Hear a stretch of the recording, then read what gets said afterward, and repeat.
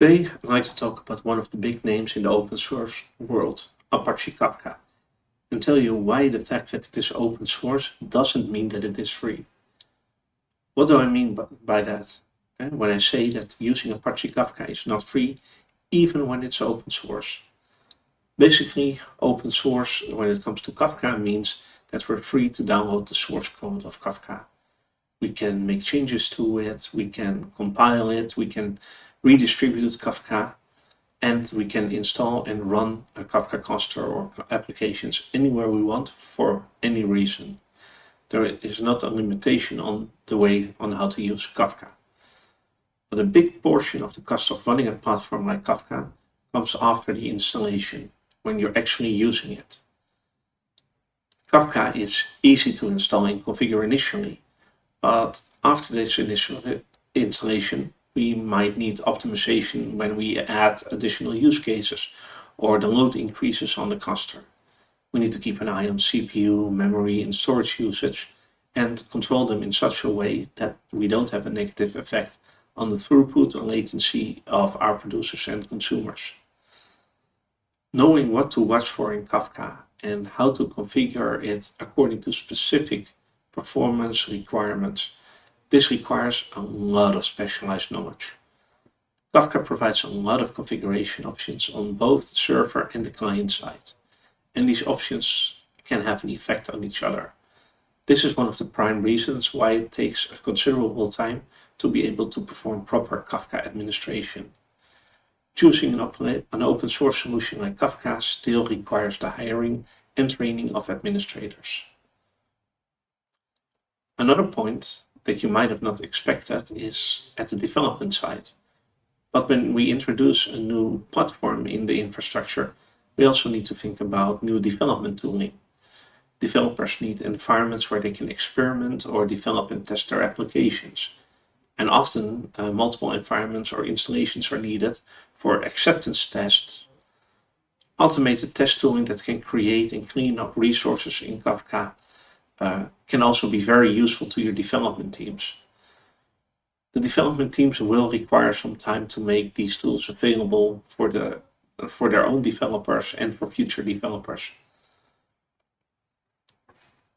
One of the costs that is most difficult to determine comes from suboptimal performance of the Kafka cluster or the connecting client application. There are so many configuration options to the server that can have an unexpected impact on the client, and also the client configurations can have a strange impact on the server. This can introduce, produce, or consume latency or even failures. Scaling can also be limited when certain configurations are used in the topic or the consumer. The operator of an application often needs to work with the Kafka administrator just to determine the cause of this lack of performance and then to find a way to fix those issues. And finally, one of the most underestimated costs is actually about the organization and the responsibilities of the parties involved. Usually the cluster is maintained by a dedicated team, and they monitor and control the machines, the storage, the setup of the cluster, and the network in general. But who's responsible for the creation and configuration of the topics? Some configurations can have a major impact on cluster performance or availability. Application developers who need these settings might need to get the approval of Kafka administrators before they can create a topic. There's also a matter of data ownership.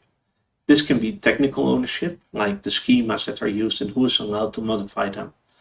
But for certain kinds of data, there can be additional confidentiality rules, and you might need approval from other departments or specific people before you are allowed to produce or consume data on a cluster.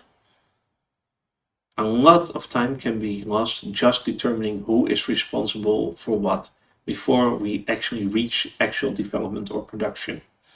But usually this improves over time as the parties involved determine the new processes to enable faster development. Now, I may have scared you with some of these points, but take a good look at them. Almost all of them are preventable by thinking them through and determining just how you want to approach these situations. You can always look for a Kafka-based platform that takes care of some of these issues, or it even gives you a standardized development and operations approach out of the box. Kafka is an amazing tool. The community is very helpful. So if you're curious, just try it and don't let this thing scare you. Just know that it is not free.